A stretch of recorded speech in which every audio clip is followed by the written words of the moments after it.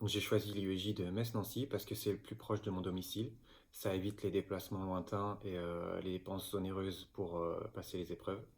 D'autant plus qu'en principe, avec le CRFPA, on peut s'inscrire dans n'importe quelle école d'avocat. Donc j'ai passé mon CRFPA à l'IUG de Lille. Étant de Nancy, ça peut surprendre, mais j'ai énormément, énormément hésité à le passer à la fin de mon M1, sachant que ça empiétait sur mon M2. Et donc j'ai loupé les inscriptions à Nancy qui se terminaient le 31 décembre et j'ai trouvé l'UIG de Lille qui faisait encore une troisième session d'inscription. Petit conseil, ne faites pas du tout ça, c'est très stressant. Également, ça coûte énormément d'argent quand il faut se rendre sur place pour les épreuves. C'est quand même 4 jours, donc il faut prendre un train, etc. Sachant que c'était en plein Covid. Faites pas ça. IEJ.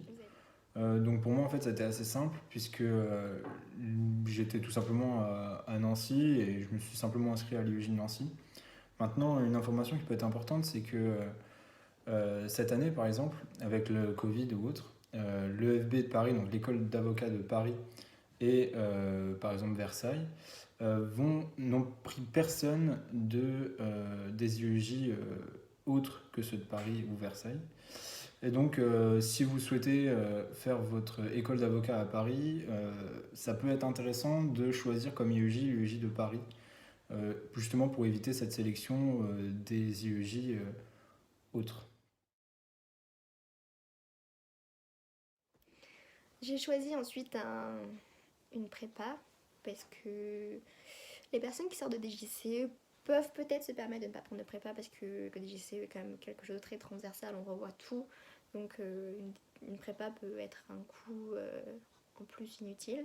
Mais sortant de M1, j'ai quand même choisi une prépa. J'ai choisi la prépa ISP en distanciel. Ça englobe également une espèce de prépa estivale. Donc vous avez une prépa semestrielle, une prépa estivale en une seule prépa. Alors, comment j'ai choisi ma prépa? En fait, ça a été assez simple. J'avais entendu parler de ma prépa, c'est la prépa pré-barreau. On m'en avait parlé, on m'avait dit qu'elle était très bonne, que certaines personnes l'année d'avant avaient réussi le CRFPA avec cette prépa-là, donc je me suis orienté vers celle-là assez naturellement. Pour choisir ma prépa, j'ai regardé les avis sur internet ainsi que les témoignages et je me suis arrêté sur Objectif Barreau, notamment parce qu'il y avait Grégory Portet en prof de notes de synthèse et de liberté fonda, mais aussi parce que pour chaque barreau blanc, on a des corrections personnalisées, dont deux qui sont réalisées par vidéo. Alors comment je choisis mes matières? Pareil, ça a été assez simple. En fait, en M1, on a des matières où on se sent plus à l'aise que d'autres. Moi, c'était le droit fiscal, j'étais à l'aise dans la matière, j'ai eu des bons résultats en M1, donc ça m'a incité à passer le CRFPA dans cette matière. Et du coup, ce qui était bien aussi avec le droit fiscal, c'est que ça me permettait de choisir de la procédure administrative, parce que tout simplement, je suis une bille en procédure civile, donc je me retrouvais mieux avec cette combinaison de matières en tout cas. Au niveau des matières, outre les deux obligatoires qui sont droit des obligations et notes de synthèse, j'ai choisi procédure civile parce que j'en avais déjà fait en L3. Et j'ai pris également droit fiscal parce que j'en ai fait en L3 également, mais aussi en Master 1, et parce que c'est une des matières que j'apprécie le plus. Voilà. J'ai choisi droit des affaires en tant que spécialité, puisqu'il faut savoir que on a un tronc commun au CRFPA, un tronc commun qui est droit des obligations et note de synthèse. Ensuite, il y a une spécialité avec laquelle va dépendre en fait la procédure qu'on va choisir. Donc moi, c'était droit des affaires, donc j'avais obligatoirement procédure civile. J'ai choisi droit des affaires parce que sortant de M1 droit des affaires avec orientation banque et assurance, le programme de droit des affaires était déjà pré-mâché. Donc j'ai joué la stratégie et je me suis dit, plutôt que de découvrir une nouvelle matière comme le pénal que tu as oublié depuis la L2, prends quelque chose dont tu te souviens, qui est frais dans ta tête, que tu n'auras pas trop de problèmes à réviser. Au niveau de l'organisation, pour les écrits, j'ai commencé à réviser après la sélection du DJCE, donc c'était mi-juin. Donc j'ai lu les polycopiés et j'ai commencé à afficher le plus que je pouvais. Ensuite, la préparation intensive a commencé début juillet, avec un barreau blanc par semaine pendant 7 semaines. Pour ce qui est du grand oral, j'ai commencé à réviser une semaine après les écrits. Donc j'ai lu les polycopiés envoyés par la prépa. Je lisais également beaucoup le blog Liberté, Liberté Chérie. Je regardais les vidéos thématiques qui étaient mises en ligne par ma prépa. Et enfin, j'ai réalisé plusieurs entraînements ainsi que des simulations. Alors pour préparer les écrits, nous à Nancy, on avait notre sélection du DJCE au mois de juin. Donc forcément, je me suis mis à préparer les écrits au mois de juin. Je les ai bossés voilà, tous les jours sans arrêt, du mois de juin jusqu'au 1er septembre, qui est la date du premier examen écrit. Simplement, juste suivre le parcours qui est proposé par la prépa, et si on le fait avec sérieux, ça devrait aller. Et pour le grand oral, je me suis laissé un peu de vacances en fait, de septembre jusqu'à mon entrée au sein du master de Nancy. Ensuite, j'ai attendu tout simplement, j'ai attendu d'avoir les résultats. Enfin, j'ai commencé un peu avant quand même. J'ai commencé avant les résultats, mais en un mois et demi à peu près, je me suis mis à faire que ça. Mon master m'a permis de pouvoir me concentrer sur le grand oral. C'est ce que j'ai fait. Et en un mois et demi, si on bosse très dur, pareil, ça se fait assez facilement. Pour la préparation des écrits, j'ai commencé fin juin, début juillet. Je me suis laissé tout le mois de juin pour laisser passer le stress des partiels de M1 et toutes les inscriptions au M2, etc. J'ai un peu laissé ça passer, histoire de bien commencer, en fait, ne réviser que le CFPA sans avoir tous les autres problèmes ou stress à côté. J'ai pris connaissance des matières, c'est-à-dire que j'ai feuilleté mes fascicules, je les avais déjà un peu regardés avant, mais pas beaucoup, et notamment une matière que je n'avais jamais faite, procédure civile, qui se révèle être en fait horrible. Ma méthodologie de la prépa m'a énormément aidée, et j'ai fait beaucoup d'entraînements de notes de synthèse, beaucoup plus d'entraînements que les autres matières.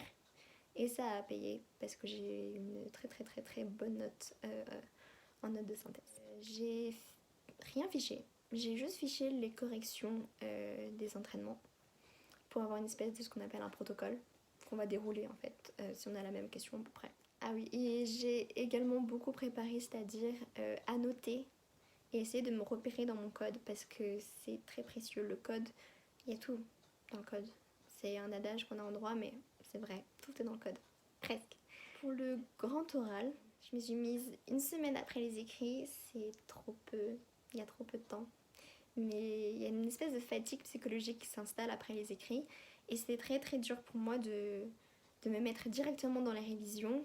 Et donc j'ai laissé passer une semaine pour souffler un petit peu, et après je me suis mise beaucoup plus que quand j'ai révisé les écrits, très bizarrement. Donc pareil comme pour les écrits, j'ai lu le fascicule, notion par notion, en essayant de surligner dans le code droit et liberté fondamentale de Dalloz, qui est très bien fait d'ailleurs, en essayant de me repérer, parce que c'est pas comme un code civil, il faut savoir, il y a différentes parties. Dès juin, donc dès que j'ai commencé à réviser, je révisais tous les jours, sauf le dimanche, donc de 8h jusqu'à 18h30, 19h avec une pause le midi. Ensuite, les révisions en tant que telles, j'ai essayé d'avoir des révisions quotidiennes, mais vraiment le rythme est très très dur à prendre personnellement.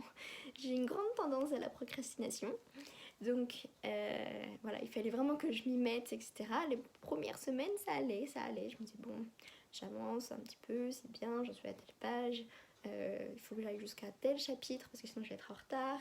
J'avais fait un planning de révision, mais je ne m'y tenais absolument pas.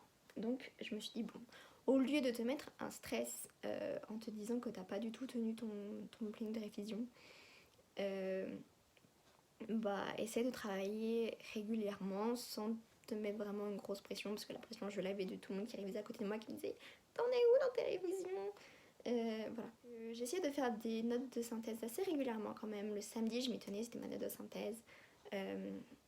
Et repos pour le reste du week-end, donc le samedi matin ou samedi après-midi c'était note de synthèse, et le reste c'était repos pour ensuite le lundi commencer sur de bonnes bases, être pas trop fatigué pour une bonne semaine de révision. Moi, les révisions, j'ai vraiment fait ça à fond, de juin à septembre, tous les jours, sans exception. Alors après, évidemment, faut aussi se laisser du temps. Moi, mon truc, c'est le sport. Donc forcément, tous les jours, je faisais mon sport, quel qu'en soit le prix. Donc parfois, ça pouvait me demander de travailler un peu plus longtemps. Mais je pense que c'est important en même temps, de travailler dur, mais de ne pas devenir complètement fou non plus. Faut avoir un équilibre. Bon, les ouvrages qui me servent, pour moi, c'était juste les fascicules de ma prépa. Vraiment, pour les écrits, c'était le fascicule de ma prépa. Et pour le grand oral, c'était le manuel des éditions Henrik B. Éditions, je crois, où je crois qu'il s'appelait Culture juridique grand oral. Voilà, et c'est divisé par notion, par ordre alphabétique, donc je pouvais piocher le soir en m'endormant ou quand j'avais une heure de libre. Je me disais, bon bah tiens, je vais aller lire pour compléter la notion que j'ai vue parce que je me rappelle plus trop. Donc ça me permettait aussi de faire. C'était des mini-fiches en fait. Mini-fiches que j'avais pas besoin de faire et qui étaient déjà faites pour Alors moi. moi, aucun. En fait, j'ai pris une prépa qui m'a donné des manuels. Donc je les ai ici. Les manuels, en fait, ça correspond à peu près à ça de volume. Donc pour 3 matières. Donc en fait, vous voyez que, bah, sauf si vous êtes sadomasochiste, en fait, ça devrait suffire. Si vous faites tout le programme avec ce que vous offre votre prépa, bah, ça suffira en fait. Parce que si vous le faites pendant le mois de juin jusqu'à septembre, bosser tout ça, ça prend du temps, vous en doutez. Donc forcément, une fois que vous avez fait ça, ça vous suffira. Après, ce qui peut être intéressant, mais moi c'est pareil, je l'avais avec la prépa, c'était de bosser avec des annales par exemple. Les documents qui m'ont le plus servi, ce sont les polycopiés envoyés par ma prépa. Donc je les ai trouvés très synthétiques, très bien organisés. Ils faisaient chacun environ 350 pages avec des points méthodologiques pour les cas pratiques. J'ai énormément écouté de podcasts et les podcasts m'ont beaucoup aidé. Je peux vous recommander deux podcasts sur le CRFPA. C'est Les Robes Noires, elle a je crois 2 épisodes sur le CRFPA. Et surtout Destination CRFPA. Ça m'a beaucoup aidé. Ça m'a également permis de dédramatiser vraiment le CRFPA.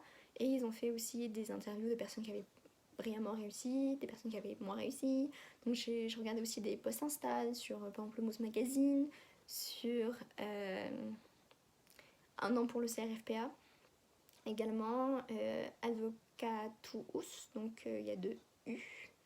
Et Rémi Dandan. C'est la personne que j'ai le plus suivie sur Instagram, qui donne des conseils, qui parle de l'actualité, qui peut beaucoup aider Avocatou. J'ai beaucoup lu en fait les petits posts qu'elle avait fait, notamment pour le grand oral, où c'est beaucoup de culture générale juridique.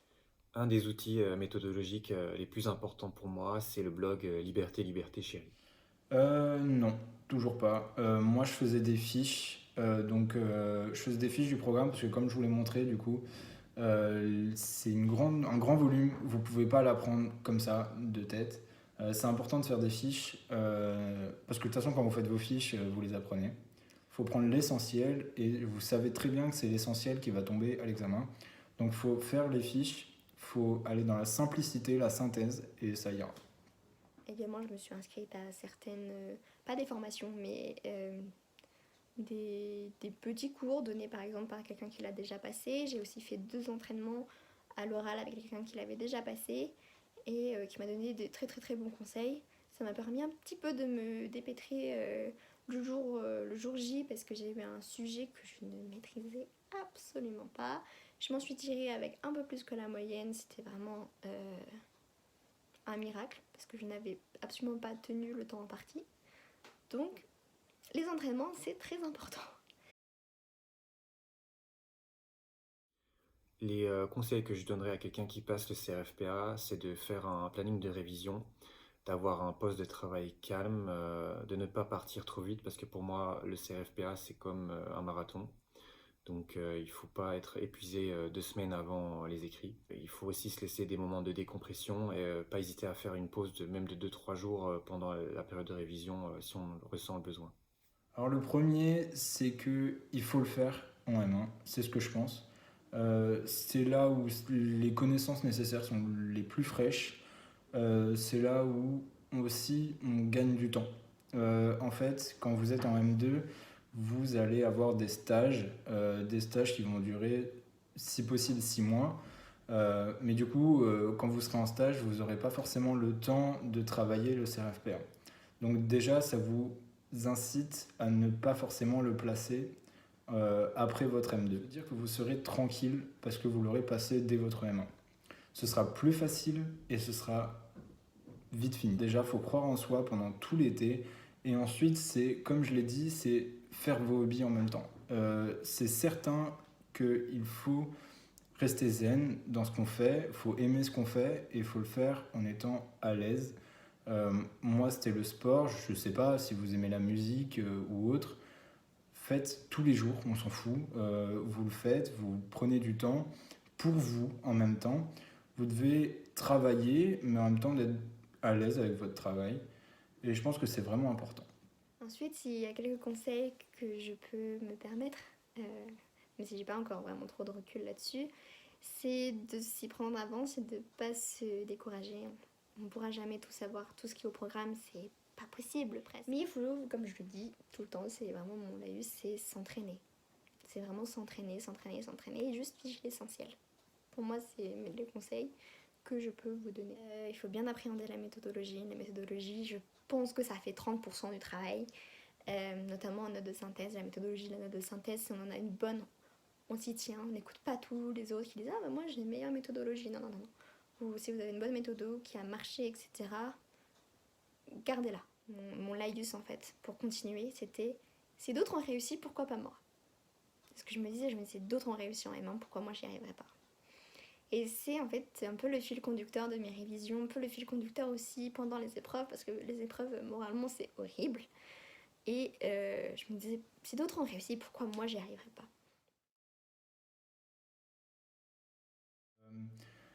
C'est important de suivre son propre rythme. Si vous vous sentez à l'aise dans certaines matières ou d'autres, si vous avez besoin de travailler selon votre propre rythme, faites-le. Maintenant, si vous avez besoin d'avoir un rythme imposé, faites-le aussi. Mais moi, je suis sûr d'une chose, c'est que si j'avais suivi le programme de ma prépa à la lettre, si j'avais suivi tout ce que me disait, je pense pas que j'aurais réussi cet examen. Moi, j'ai une technique de travail qui est la mienne, qui marche. Donc, j'ai suivi mon propre instinct sur les révisions. Donc, j'ai pas forcément été guidé. J'ai été guidé simplement sur le programme à faire chaque semaine. Et je le bossais tout seul de mon côté. Je faisais les examens qui étaient offerts. Les examens qui nous étaient mis à disposition par la prépa. Et je faisais les examens toutes les semaines. Et ça s'arrêtait là.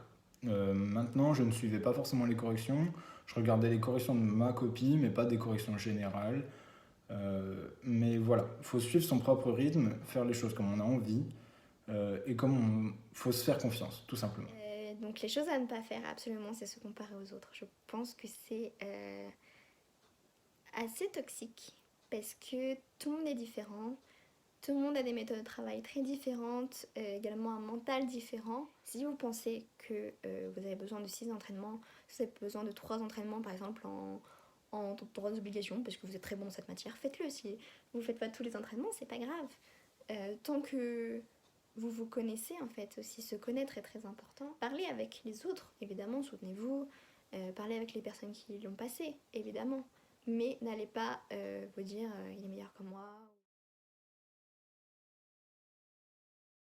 La procrastination, je suis une personne qui se laisse facilement distraire, notamment quand on est en vacances et que tout le monde autour de toi est en vacances. Voilà, c'était un petit peu compliqué pour moi là-dessus.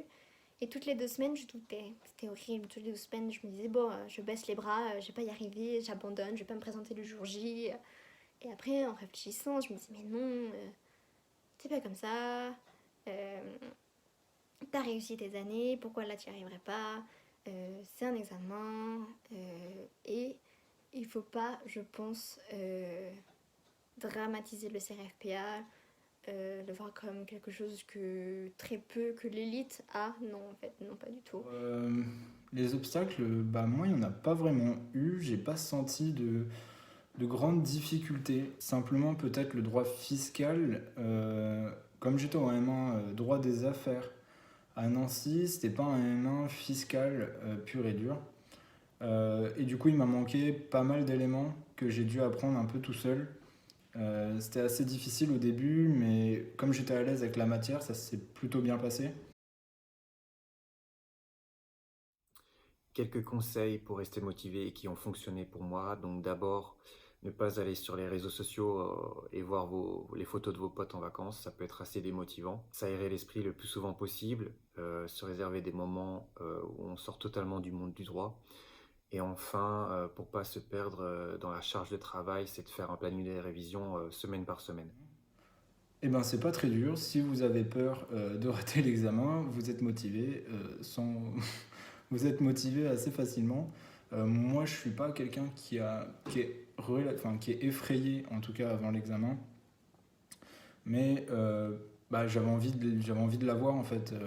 Enfin, c'est pas une envie d'avoir l'examen, c'est plutôt une peur d'avoir honte de le rater. C'est plus comme ça que moi j'ai approché le truc.